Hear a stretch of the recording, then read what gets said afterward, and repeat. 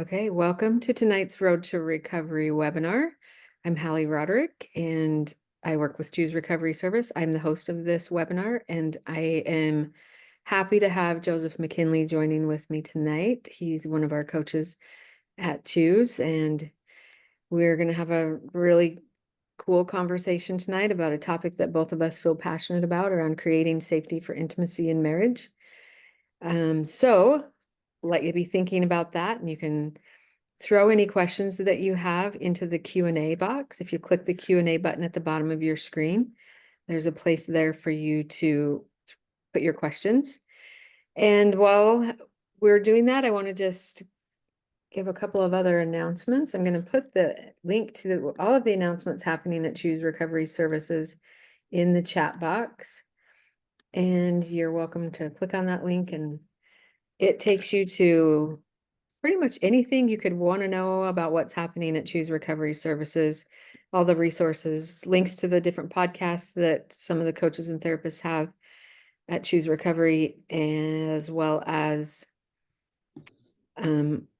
groups that we offer. We have support groups for betrayed partners. We have recovery programs for men seeking recovery. We do have a wait list for a male betrayed partner group. If you're interested in that, we're waiting for enough interest to get that started, but there's information there you can email to get on that wait list. A couple of things I want to just point out to you that might be of interest that are coming up in the near future. We do a really good job of hosting intensives. I guess I'm bragging a little bit, but I love our intensives. I love being involved with our intensives, because it's not just you coming and listening to somebody talk about recovery. They are actually experiential. And so it's like healing in action. And the purpose of an intensive is to get a lot of work done in a short amount of time. So if you're feeling stuck, if you're feeling like you just need a new direction or you need some immediate assistance, an intensive is a great way to get that quickly. Doesn't mean you're going to walk away with everything solved, but it gives you, you get to go spend time in Utah, which is always beautiful, and kind of put everything down in your real world and focus on your own healing, which is awesome. So a couple of interest that you might be interested in coming up. We have our next Unmasked intensive. And let me get the date for you for sure. There's the link, that one. And this is our intensive for guys. The next one's coming up May 14th through the 16th. And then we have a Rebuilding Us couples intensive, which personally I'm a little bit excited about, because that one we're hosting here in my home state of Arizona.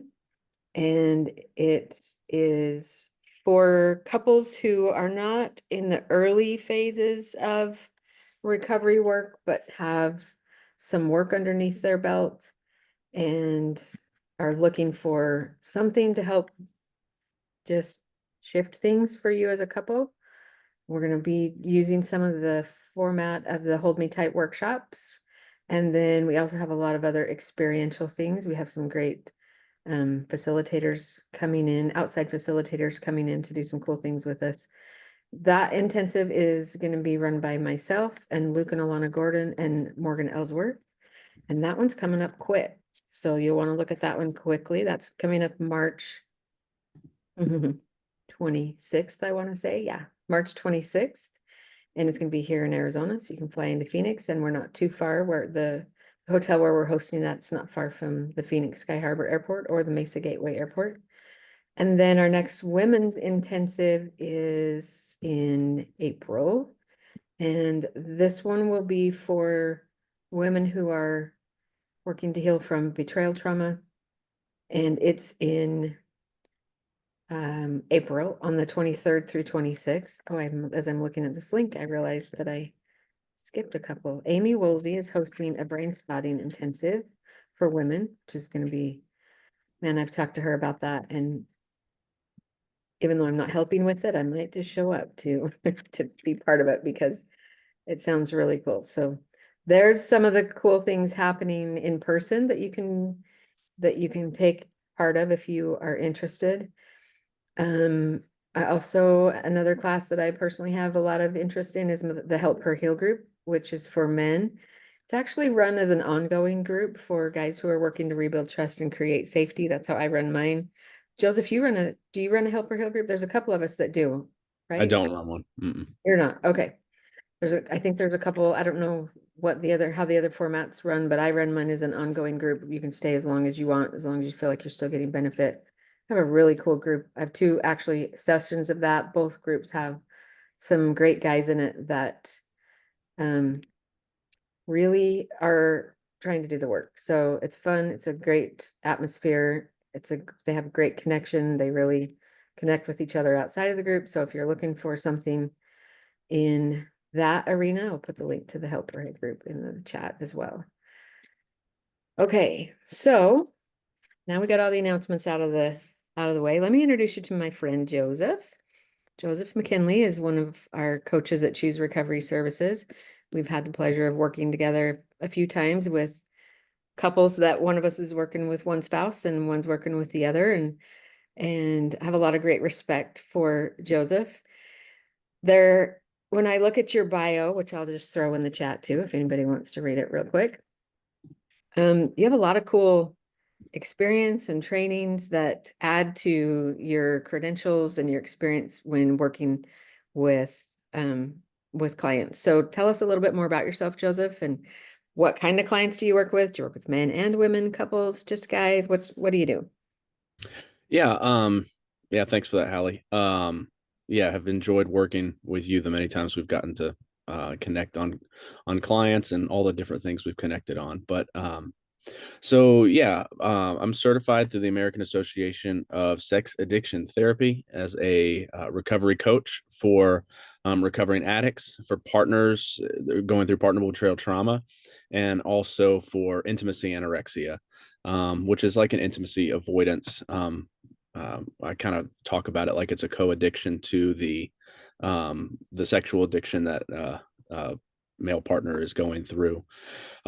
So I've done a lot of work surrounding those things, helping, which allows me to work with couples. It allows me to work with male addicts and female spouses who are going through partner betrayal trauma. So work kind of with all those types of clients and enjoy doing that work together. My background is, part of this work for me comes out of my own personal experience, being someone who is a recovering sex addict for many years now. Have a marriage that's now we're in our 17th year of marriage, and so a lot of the stuff I hope we talk about tonight is stuff that I've implemented in my own life and has helped me turn my own marriage around through a lot of hard work. And so, just coming from the training that I have and the experience that I have, it gives me a lot of hope to hopefully share with clients that I'm working with, and hopefully can help share some of that tonight. So, Yeah, I'm excited about that. And I'm just noticing my first error of the night. I copied and pasted my instructions from the last webinar with the wrong topic. So let me try that again. Thanks, Joseph. So as you can tell in those of you that are joining us tonight, Joseph comes with a lot of experience and training that helps him be one of our skilled coaches, and feel honored to work with you and so excited to have you with us tonight. So what Joseph and I are going to talk about, at least for a few minutes, is creating a safe place for intimacy in marriage. And I'm just going to pause for a second because we've had a lot of people jump on since I made the announcement that we want your questions. We invite your questions. We actually really need your questions because actually Joseph and I could probably talk all night about this, but we really, for me as the host of this webinar, I'm passionate about addressing topics that our audience actually is concerned about. And so, or has going on right now in your lives. So please ask questions. They don't have to be related to the topic of creating a safe place for intimacy in marriage. They can be on anything. So feel free to click on your Q&A button at the bottom, type your questions. Just so you know, also this webinar is recorded, but obviously everybody's off camera. and unmute except for Joseph and I for privacy purposes, because this webinar is, the recording is shared for anybody that's registered later, but please put your questions in the Q&A. So while, just with that announcement again, Joseph, where do you want to start with talking about this topic of creating a safe place? When you sent this as your topic, I was like, yes, this is going to be good. Good, good. Yeah. So maybe I can start with what I see with a lot of couples as they are kind of getting into recovery. A lot of times when I'm working with male clients who are in recovery, it comes up as um, they're feeling like they have this huge burden that is off of their back because maybe something has finally come out.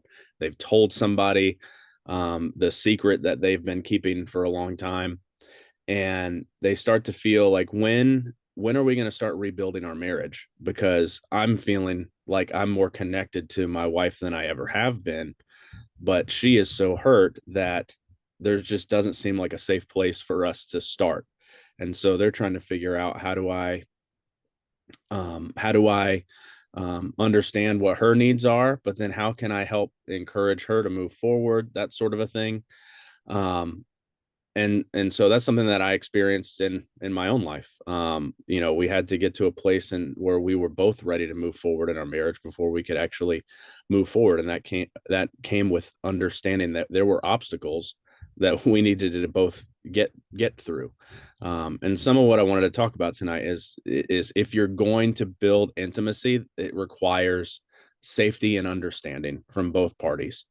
Both of you have to feel like you have a safe place to bring your struggles, your concerns, bring your triggers, bring, whatever you feel like you are scared to share about who you are.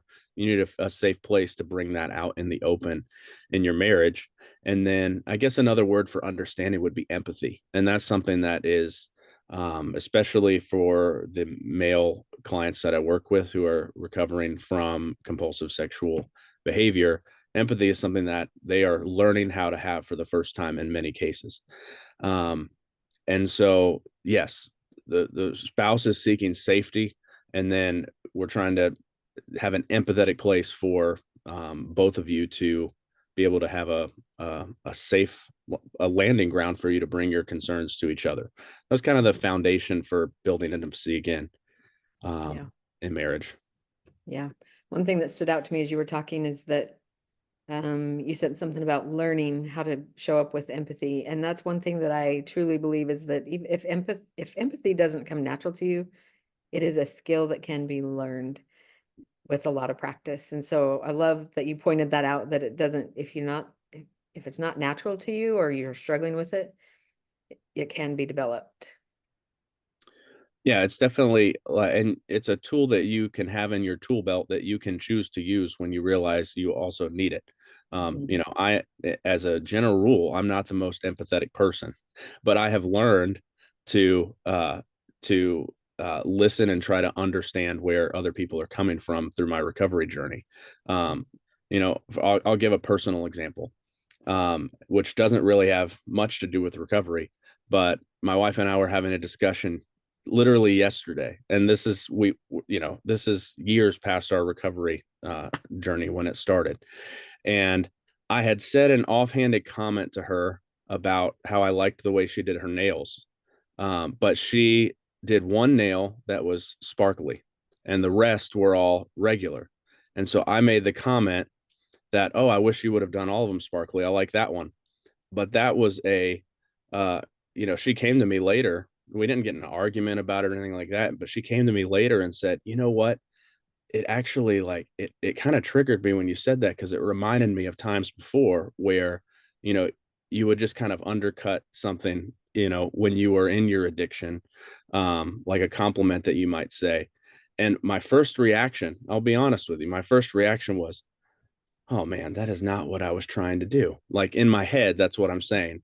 But hope maybe we can talk through some of the tools that I actually use with people that I used myself, where I went, okay, I need to listen to where her heart is coming from on this, because this is obviously something that she struggled with. But that's just a personal example of how to develop empathy. So were you, when you, after you had your initial, oh my gosh, that's not what I was trying to do, how did you turn it from that into showing up with empathy? Yeah, so the first thing is just that I've you try to put forward is curiosity. Mm, Like, okay, tell me why you feel that way. How do you feel about that? What actual feelings came up for you? And you might have to ask what those feelings are. She might not actually bring out a feeling. It might just be a concern or something like that. But if you can get to the root of what she's actually feeling, then you have an opportunity to validate and take responsibility for your role in why she feels that way. mm-hmm. So the kind of the mantra I try to tell my clients is hear her heart, not her words. You know, her her heart is underneath the surface. Her words might be frustration, they might be accusatory, they might even be mean and insulting, but where is that coming from? That's coming from underneath where there's probably some sort of pain or feeling that she needs to bring forward. Yeah. That's a challenge that comes up often with some of the guys in my Help Her Heal groups is that they're like, but what she's saying isn't true because that's not what I meant. And so I got to make sure that she understands that that's not what I meant. And I'm like, okay, wait a minute. Let's just validate the fear first or the pain first or whatever it is. We got to validate that before you go to, well, that's not what it was. Because as soon Hmm. as you go to that's not what I meant, it's invalidating whatever it is she brought to you. And Yeah.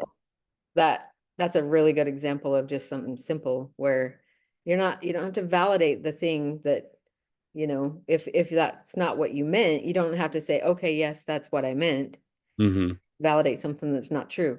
That's not what you're validating. You're validating her pain, her fear, her experience with it. Hmm. Yeah. And the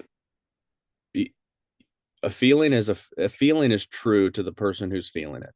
You know, Yeah. um, it doesn't matter if you agree with the logic on why they're feeling that way. Uh, but the truth is that they're feeling that way. And when you have feelings, you want somebody to validate those as well. And Hmm. so many times we get in this state where of like, I got to fix that because that's a wrong thought. I got to fix this because, and maybe you get defensive because it shows you in a bad light and you don't want to be in a bad light. Hmm. But instead of jumping to fixing, jump to curiosity because like your spouse does not need to be fixed. She needs to be understood, you know? Yeah. Um, and so that's that's if you can learn to do that and live in understanding, you're going to create a very safe place for the marriage to really build on something. Yeah. One thing I wanted to say is we're talking in the he and she language right now, like that the husband is the one that has betrayed and the wife is the betrayed partner. And just so you know, this is not just that's not the way this works all the time. Sometimes it's the wife who's acted out and then the husband who's the betrayed partner. And what we're talking tonight applies either way. Yeah. Um, and so just want to throw that out there because sometimes we do get feedback like, I wish you'd talk about when the male is the betrayed partner and just we know that is the case. And so what we're talking about tonight, I think applies for both cases. So can I ask you a question, Joseph? When we talked about rebuilding and working on rebuilding the intimacy, and then you talked about creating safety. What do you think is the foundation of safety? Like, where do we start to create safety? Because for a betrayed partner, after they have this new information that they didn't know, everything feels unsafe and they don't know Mhm. if they can trust. They don't believe anything that their spouse says. And so, what do you think is the foundation for rebuilding that trust so that intimacy can even be considered?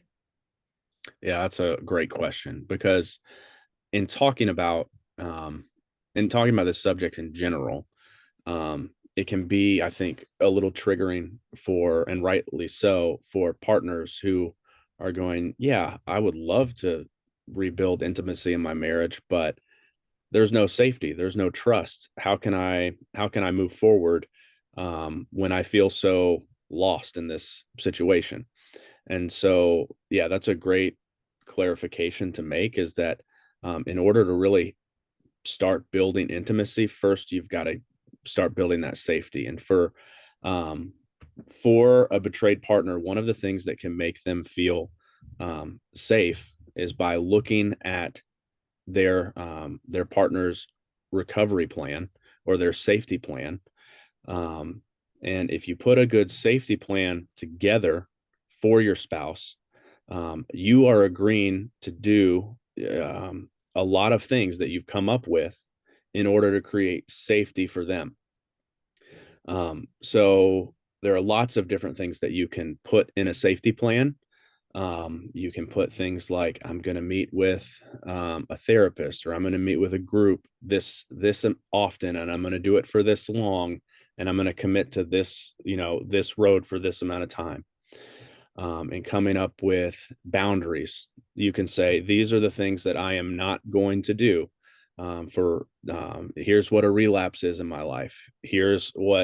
And here are the kind of secondary boundaries that I put all around that center boundary of what a relapse would be for me. Maybe it's pornography, or maybe it's chatting with other women, etc.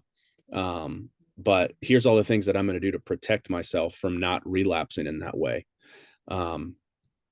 And those are kind of the things you're saying you're not going to do. There's also a lot of great things you can put in the safety plan that are going to be new experiences that you are incorporating into your life to replace the negative compulsive behaviors that you were going through. So coming up with a safety plan to prove to your spouse, or to show your spouse that you are willing to do the work, and you're also giving them something that they can look to and actually see if you are following through with the plan that you committed to do. It's great to come up with a plan. The plan is not really that important unless you're willing to follow through with it. So it's one of the kindest things you can do for your spouse to start rebuilding that trust, to give them safety, by following through on the things that you said you were going to do.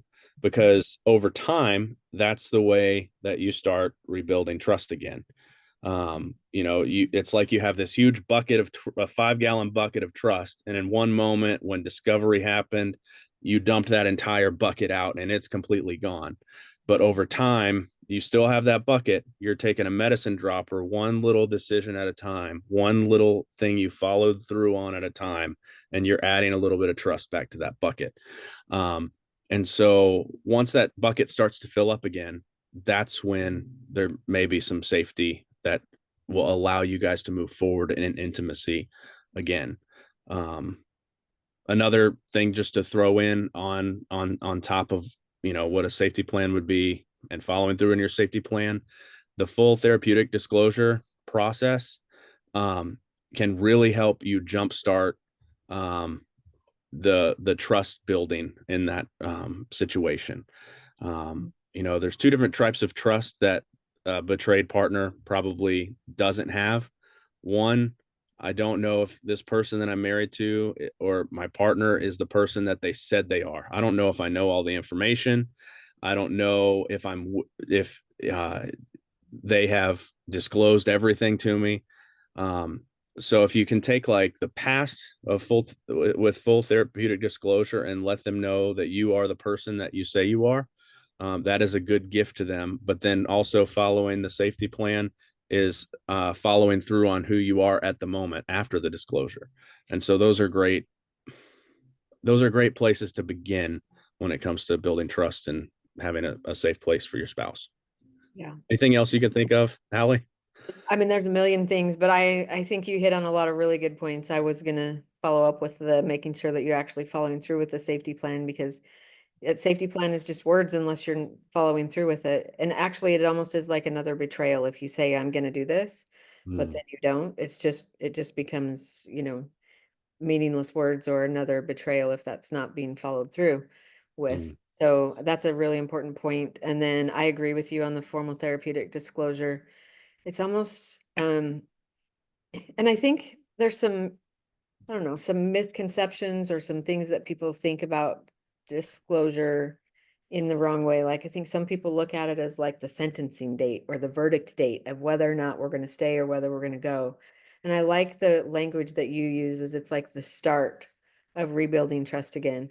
And I think that that work that happens preparing for a formal disclosure from the one who has acted out, is such valuable individual personal work for them to really fully be honest with themselves, maybe for the first time, and then to be willing to let their spouse fully see and know them in that way, is such a gift to each other.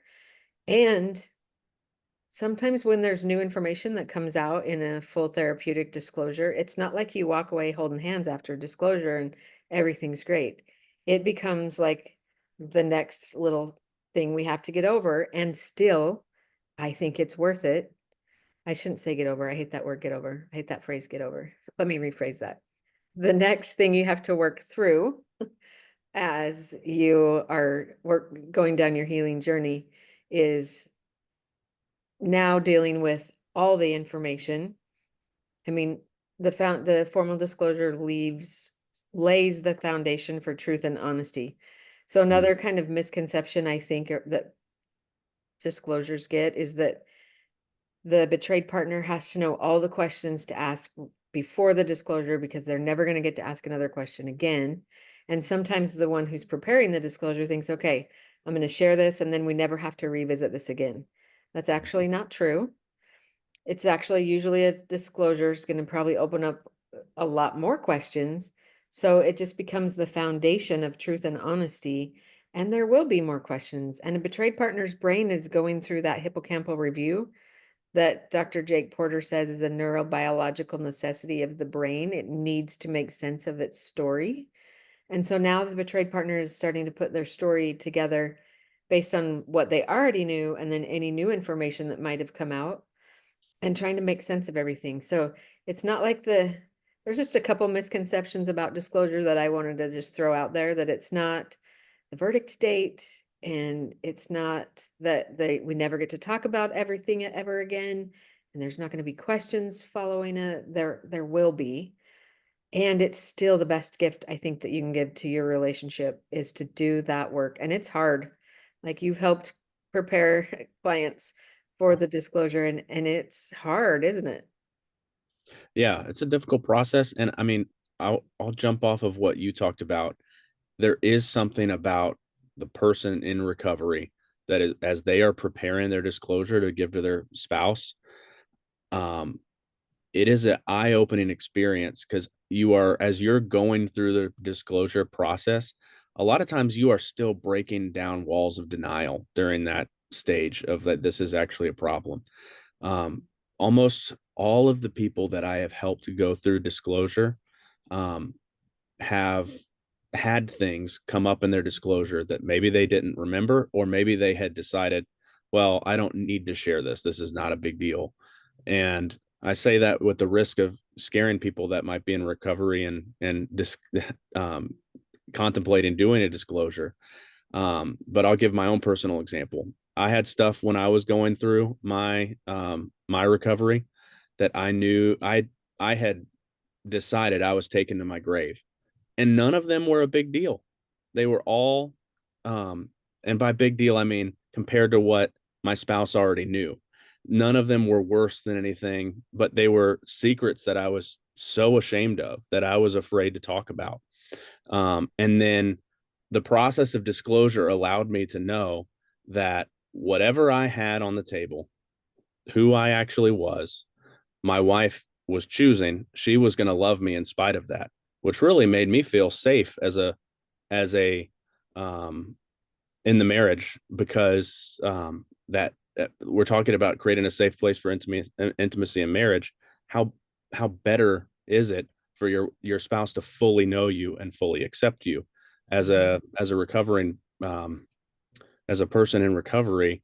You are um giving, when you do the disclosure, you're giving yourself the gift of that safety when it's done. If when you finish disclosure, you are both deciding to build on the marriage and keep working. Yeah. Yeah. Okay, so there's a question in the Q&A that came through, and I'm going to let you address it. And I'm going to, while you're talking about it, I'm going to drop some links into the chat. The question is, what is a therapeutic disclosure? So for people that don't know what a therapeutic disclosure is, I mean, we could talk all night about that, but Do you want to just briefly describe what it is? And then I'm going to put a couple of links in the show notes. I got to get out of podcast mode in the chat for you to pull out if you want more information. But Joseph, I'll let you answer that one. Yeah. So, formal therapeutic disclosure is the process by which one partner, the betraying partner, is basically answering any questions that the spouse might have about their compulsive sexual behavior. So the way that works with Choose, and I'll give a plug for Choose. Choose has the it's like the luxury car version of a formal therapeutic disclosure. I've had the opportunity to be in disclosure with Choose, and it's an excellent process where both partners are going to get really taken care of through the process. So what that looks like with Choose is each partner is going to be preparing for a disclosure through with a coach one-on-one, and what that looks like for the recovering partner is a lot of diving into their sexual past, coming up with a sexual history, um, writing a restitution letter, trying to develop some empathy around um, and acknowledge all the things that they have done that have impacted their partner. And that takes a lot of work. It takes a lot of difficult work, diving into the past, working through shame, and realizing that you get to be a really brave partner by giving the gift of that information to the spouse who is working. Maybe Hali, you can talk through some of the work that the spouse does preparing for the therapeutic disclosure, but things like coming up with questions that they have answers to. What is the information that they want to know? What is the information that they don't want to know? What questions would they like to be asked on a polygraph that are really important to them to know exact details about specific things. After both partners have been prepared, the formal therapeutic part is everybody sits down together, the two coaches, the two spouses, and a therapist, with Choose, that's Alana Gordon, and they are safely brought through the process of the disclosure, disclosing that information to the spouse, and supported through the entire experience after a polygraph. Yeah. So as far as what the betrayed partners work is, it's like you said, they are developing questions that they might have. One thing I just want to say is that it's not the betrayed partner's job to come up with all the questions that they need to know. The one that's preparing it, and I know that's maybe just something that people want to understand, the betrayed or the one that's acted out is being forthcoming and willingly sharing, Yes. usually in a timeline format of anything that has not been disclosed up to this point voluntarily.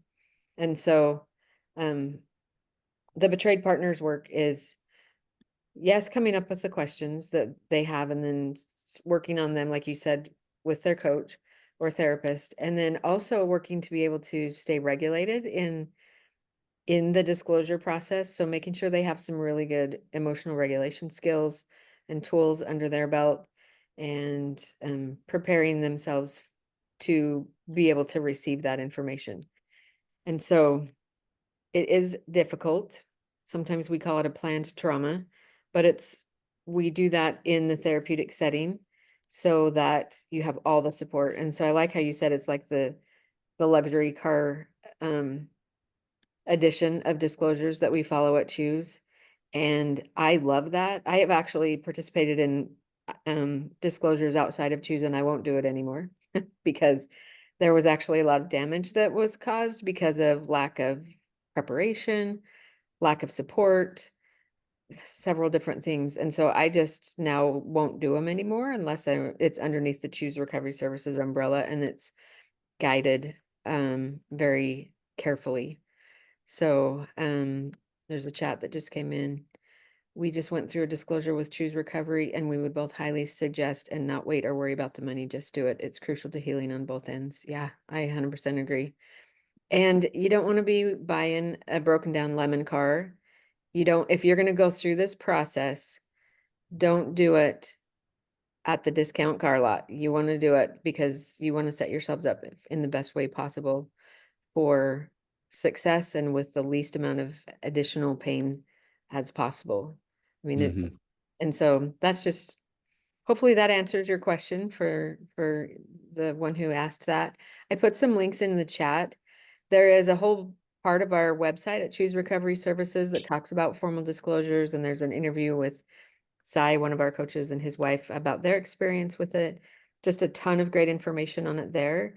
And then I put the link to a series that Stephanie and I did on our podcast, Choosing to Stay After Infidelity and Betrayal, episodes 18 through 21. I put the link to the first one there. It's actually an interview with Stephanie and her husband, and I love it. It's probably my favorite one. Just hearing like a real live couple talk about their experience with it, and particularly her husband, and listening to him talk about the benefits he got from it. It's just really cool. So, and then recently Luke and Amy and Alana did a 7-part series on disclosure that really went into all the nitty gritty and will help you understand the process we do at Choose Recovery Services. So I put the link to episode or the first part of that series there as well. So there's a bunch of fire hosed information about what disclosures are. So hopefully that helps. Just a reminder, as we're getting down to like 20 minutes-ish left, if you have other questions, please put them in the chat because Joseph and I are going to keep talking until we see more questions because as you can tell, we don't have a hard time talking about this stuff. So Joseph, a couple things. I want to, well, let's hit this point. What are some of the hindrances you see in building intimacy after betrayal has been discovered? Yeah, that's a great question. So we kind of touched on one with the disclosure when we were talking about disclosures, like secrecy. Um, if there's secrecy that's still there, um, there's probably not going to be safety for the spouse or the recovering person because you're still asking that question. If they really knew me, would they really love me? And there are other questions that maybe can make you fearful of being transparent. But that's one of the biggest ones of the people that I talk to that are in recovery. Um, the other is just, the trauma of the betrayal can get in the way of building intimacy. And that doesn't mean that it's a bad thing. The trauma of betrayal is a real thing. Your body reacts to the trauma that you have been through, and there is a process for healing, and that process takes time. Even for people like I was just sharing that story about my wife earlier. She has been through, she went through partner betrayal trauma and has been through a long healing journey. And yet, I wouldn't say that she is still wounded at this point, but there's still a scar, and and it takes time to get there. And so learning how to manage triggers, like you were talking about with the planned trauma of disclosure, learning how to, kind of ground yourself and when there is activation, um, all of those, um, all of those are really helpful things to process to get you to the point where you can actually rebuild. Yeah. Would you have anything to add to that, Hallie? No, I think you covered the big ones for me. I think one of the biggest ones is that lack of full transparency, the lack of truth. And um yeah, I think you hit that. That's a big one. I forgot to talk about resentment on the a lot of times the compulsive sexual behavior that is present, and I'll just say in the male clients that I work with, um is very is it's a lot of times they don't recognize that there's resentment there, but there is resentment under the surface. And so sometimes that resentment leads them to not want to repair or to get close. And so a lot of times with male partners that I work with, working through some of the resentment that they had that actually led them to some of the acting out behaviors that they did, that they didn't even realize those two things were connected.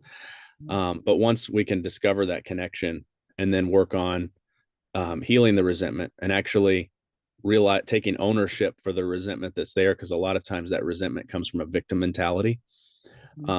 That's a lot of work that we do sometimes to also try to get to the point where we can build intimacy.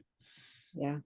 And then as you're talking about that, I'm thinking, and then there's resentment. It's almost like the resentment gets shifted to the betrayed partner Mm, because now they're sitting in resentment, especially like I hear a lot of times, like I was faithful. I was still in the same relationship and maybe we mm, did have challenges and there were things, but I did all of these things and I checked all these boxes and I was faithful and I didn't ask for this and I didn't choose this.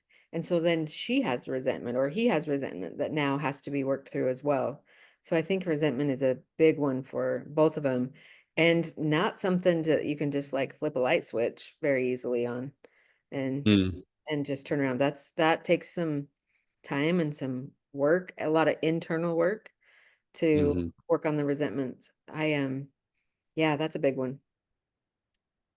Yeah, my brain goes to a lot of places there, but it's a whole nother topic. So, mhm, um, let's pause for a second and because if we have time, I want to move to some of you have a couple of really cool exercises that mhm, people can use to develop intimacy. But again, I want to make sure we get to the question. So there's another question that came in and I've already read it. I don't know if you have yet. I'll let you read it and then I'll give my take on it. And then I'd love to hear what your thoughts are on it too. So the question is, I'm currently having so many triggers, which I try to share with my husband.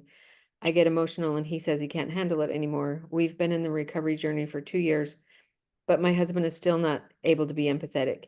He just told me today that he feels he may never be. I don't know what to do. He says I should be able to heal on my own regardless of what he does or doesn't do regarding recovery.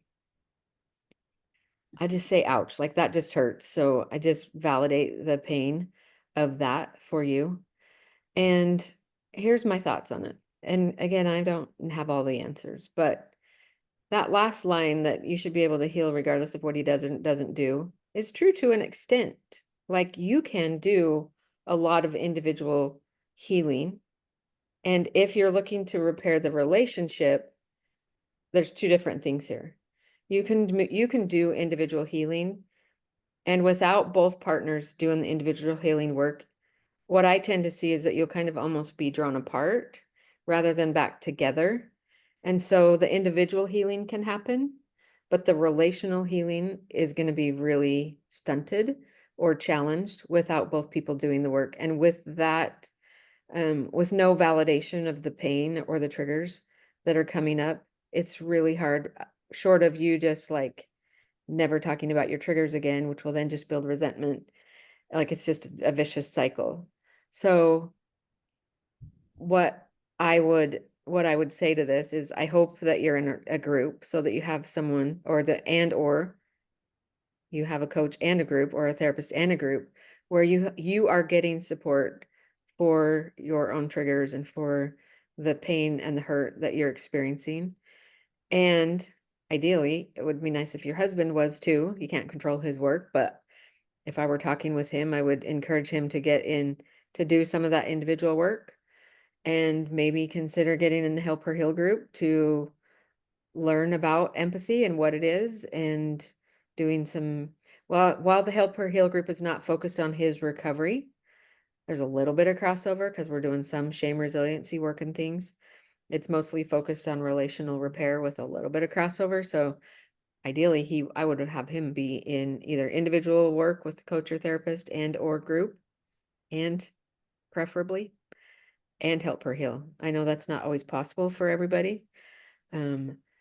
But I just validate the pain of that and the invalidation that you're receiving from that, and that just hurts.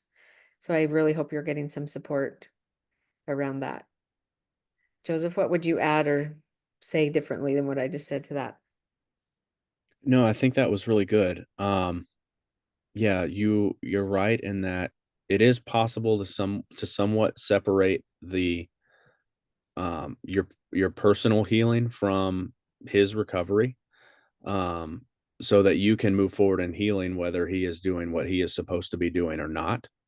But then there's also, like, if you are wanting to repair the relationship, unless he is doing some work to actually start repairing the relationship, that's where I like Hallie, I think I've actually heard of it from you, but the Partners Bill of Rights, like understanding what you can request and what, you have the right to do in the relationship. Mhm. A lot of times I refer people to that to say, what do you believe about these things? Do you believe that you have the right to this list of that might be something that maybe could be shared, but Mhm. um, ultimately, hopefully you can get to the point where you can heal so you can make the decision if he's not going to do the work that is necessary to rebuild trust, that you can make whatever decisions you need to make at that point, whether that means you figure out how to live in the marriage um, with a spouse who's not recovering, or you have to make a different decision. Um, Ultimately, that's what healing will get you to where you can make a clear decision. Yeah. I'm going to look for I'm gonna have to do it after we get done and include it in the recording. We did a podcast episode where we talked about the personal bill of rights. And so I'll look for that and see if I can include it. It's actually one of the first things I have most of my partners that I'm working with do, and I look at it as a foundation for boundaries, because boundaries really are empowering for you. So if you believe you have these rights, like, let me just throw out a couple. I have a right to honesty and transparency in my primary relationship. I have a right to request recovery type behaviors from my spouse. I have a right to not be responsible for other people's thoughts, feelings, behaviors, actions. And if those rights are being violated, then what? If if I don't have honesty and transparency in my relationship, then I will what? I can't make him do anything. But if I'm not honest, if I don't have honesty and transparency in my relationship, then I won't be as engaged as I would like to be, because I won't feel safe. Or I may need to withdraw to maybe an emotional distance or a physical different distance. It's different for every person. Um, if I request recovery behaviors from my spouse and he is unwilling or unable to do that, if he's unwilling to do that, then I will have to take a step back and decide if that's the type of relationship I can be in if he refuses to get help. And so it's a boundaries. It's a foundation for boundaries, in my opinion. And so anyway, I just validate the pain of that question and the reality of where you're at in that situation. But hopefully just hearing us talk about it helps you understand your experience a little bit and think, maybe give you some ideas of somewhere you can turn. Hopefully you have a coach or some group members that you can reach out to. And if you're having a ton of triggers, the triggers really are some things that, I mean, we could talk all night about triggers too. Triggers are something that we actually have a responsibility to work through on our own in relational repair. It's really nice when a spouse can hold space for those triggers and um, provide empathy for us in when we're in a triggered state. And even if they're not, I'm still 100% responsible for my triggers. And that's sometimes a hard pill to swallow at first, because if he's the one that caused the pain, I want him to be the one that comes in and comforts when I'm triggered and helps soothe that pain over. And I can't wait for him to do that, because I'm still 100% responsible for my behaviors. And there's a lot of tools you can learn to help you regulate manage your triggers, understand your triggers, work through your triggers. There's a lot of language around it, but um, man, my brain just went to our last intensive where we did a lot of work around triggers. If you are in a spot to come to the next intensive, we hit those pretty hard to trigger tools. So we would that would be a really good place to start. But I will try and find the episode in our podcast where I talk about the Bill of Rights in regards to triggers and send that over in regards to foundation or to boundaries. So, okay. Joseph, do you want to share a couple of the tools that you had mentioned with that you find helpful? Yeah, sure. So these are things that I use a lot of times with my couples clients as they are working on rebuilding. One of them I think is actually applicable to the question that we just kind of talked about. But I'll start with this one because this is kind of this one is a little more like you're wanting to do something, but you're still in a place where you don't feel safe at all. This is one that's a little bit safe because it it doesn't, because of the rules that come along with it, it doesn't lead toward conflict very often. So I give, and we'll send these out after the call just so everybody knows, but I'll talk through them. But the first one is sharing. I encourage my clients, I give them a feelings list, and I tell them to share 2 feelings with each other a day. And the way that we do this is a little different than just, hey, I'm thinking I felt this way today. Because a lot of times we're trying to build emotional vocabulary that we don't even know yet. Yeah. And so I will give them a feelings list and they will randomly choose a feeling on that list. So for the sake of an example, I'll take the finger, you swirl it around, you put it down on the paper, and maybe the word calm comes up. And so it's your responsibility to think for a minute and say, okay, when do I feel calm? Oh, good. Thank you for sharing it. And then put it Um, up on our screen. yeah, that's great. So I feel calm when I am, so you would just share this with your spouse. I feel calm when I have the opportunity to go out on the lake and have my kayak and I just spend a couple of hours in nature and I'm by myself. I don't have my phone. Nobody's bothering me. Um, that's when I feel the most calm. But then you That's don't stop there. So that's kind of like in my life, day to day, on a day to day level, I feel calm when. Then you're going to go back to history. The first time I remember feeling calm was this. And it's okay if you can't remember the first time.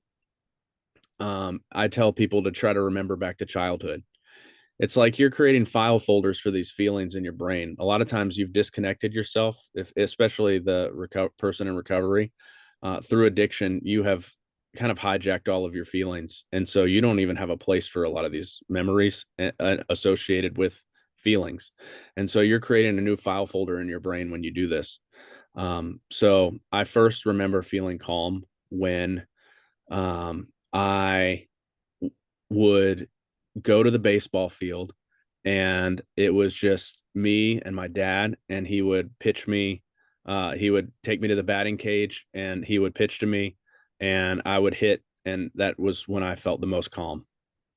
And that's one feeling. So you do that with your spouse. Here's the rules, and they're on the sheet. No examples about each other or the relationship. You know, if you're thinking of the word rejected, you can't use your spouse in relation to that feeling. um the only exception I say to that is unless it is an overwhelmingly positive thing um about the spouse, could you use it. But a lot of times that can go wrong too, because somebody thinks it's a positive thing and the other person thinks it's a negative thing. So overall, I tell people no examples about each other or the relationship. Maintain eye contact, get that oxytocin going in your brain. That bonding chemical is going to help you create empathy. And the third one is kind of, people are like, what? There's no feedback. I can't validate that feeling. I can't do anything. No, there's no feedback in this exercise. This is you both learning that there is a safe place for you to bring your feeling and put it back. A lot of I'll just go to the male example again, or I mean, this can work both ways too, but a lot of the people that I work with, um, the response that they get when they share a feeling is for somebody trying to fix the feeling, or Mhm. maybe make it even bring in more shame to the feeling. So this no feedback in this exercise. This is just developing safety and sharing feelings together. Yeah. Okay, so there's a question that came in. I want to get to this Oh, sure. before we move on. That kind of goes along with what you just said. Maybe not necessarily the feelings exercise, but what you just said at the end. The question is, how do I hold space for her triggers without getting defensive about why I believe she doesn't need to feel triggered in that moment? For example, she's triggered because she believes I think someone is prettier than her. I want to jump to defend why that's not true. She doesn't need to feel that way, etc. Mm. I just giggle because this comes up in my Help Her Heal group a lot. And so, okay, Joseph, I'll let you take it first and then I'll add in what my thoughts are. So the other exercise I have deals like exactly with this. Okay. So here's what I would say is, and I can send this sheet out. The first thing is curiosity. Okay, tell me how you feel about that. What are you feeling? Maybe even why do you think I think she's prettier than you? To speak to that example specifically. Get more information, and maybe she shares that she feels unworthy. Maybe she shares that she feels rejected or less than. The next step is validating those feelings, because those are real feelings for her. um you know i um I want to validate that you feel that way. I want to validate that you feel like I put others over you, or my eyes are going elsewhere when my eyes should only be for you. I want to validate that you feel rejected by that. The next step is something that a lot of a lot of people forget. This step is you want to take responsibility for that feeling. Ultimately, if there were no discovery, if there were no prior compulsive behaviors, sexual behaviors, that feeling likely would not be there. And so, listen, I know that you would not have that feeling or that trigger if I didn't do all the things that I did. And maybe you can think of specific examples that you talk about in that moment. Um, but take responsibility for what she's bringing up in that moment, and then ask what you can do. How can you make her feel better? What does she need from you? Um, maybe she has something, or maybe she doesn't. Um, but accept what she needs, and then if it's reasonable, try to do it. Now, when that whole process is done, if she feels fully understood, you may have the opportunity to ask her, would it be okay if I shared um, what I'm really thinking about this? Or what would it be okay if I shared with you some information about how I actually feel about you compared to this other person? Maybe that's not an answer for, or something you want to share right after this. You might need some time before you get there. Um, but it's that conversation is going to go a lot better if she feels understood rather than just dismissed. Yeah. So I shared the screen on that other one. We'll put both of those, PDF for both of those in the recording that goes out. And I just second everything that you said, Joseph, to the answer to that question. You're validating her pain and her hurt around it. And I also agree that a lot of times the thing that is missing is the ownership or the responsibility for it. So even some language that might like that I say, it's very similar to what you're saying, Joseph, but I would say, something like, I can see that this is causing some pain for you. And I'm so sorry that the things that I've done in the past are contributing to this or causing you to think that I think someone else is prettier than you. And curiosity then, is that like for you? That Mm, must be painful. Tell me what that's like for you. And then followed up with some like reassurance of, I'm sorry that this has caused those questions in your mind. And I just want you to know that I'm going to continue to work to rebuild the trust and the safety for you. And thanks for sharing that with me. And what do you need? mm, So that outline that you have is so good. I'm going to steal that if you don't mind with my own. absolutely. But um, those are some great tools. There's one other question that came in real quick, even though we're at time, I want to answer it real quick. What does the word intimacy encompass in marriage? And that's such a good question because some people think that intimacy, we're talking about sex, and that is not what we're talking about. We are not talking about, I mean, it can be included in it, but when you have intimacy in many different other areas, the intimacy in sex becomes more natural and organic, and you feel more connected. So I like, when I think of the word intimacy, I like to break it down into me see. You have been allowed to see into each other. And so we're talking emotional intimacy, psychological intimacy, maybe spiritual intimacy if that's part of your practice, verbal intimacy, there can be recreational intimacy, and the physical intimacy doesn't just mean sex. It can mean like hand holding and sitting on the couch next to each other and going for walks together. And I don't know, what else would you add to that, Joseph?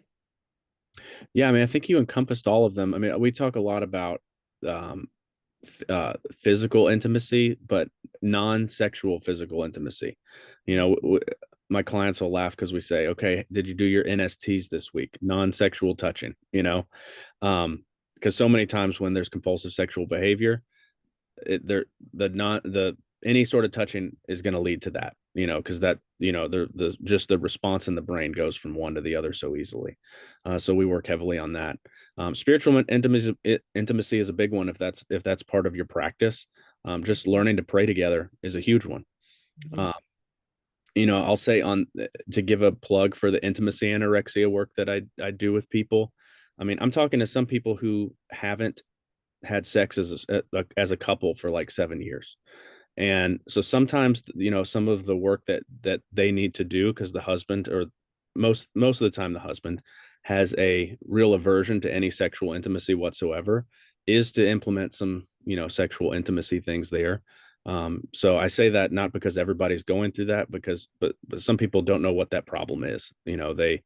They're desiring sex with their spouse, and their spouse just continually rejects them for, over and over and over, sabotages that part of the relationship. So Yeah.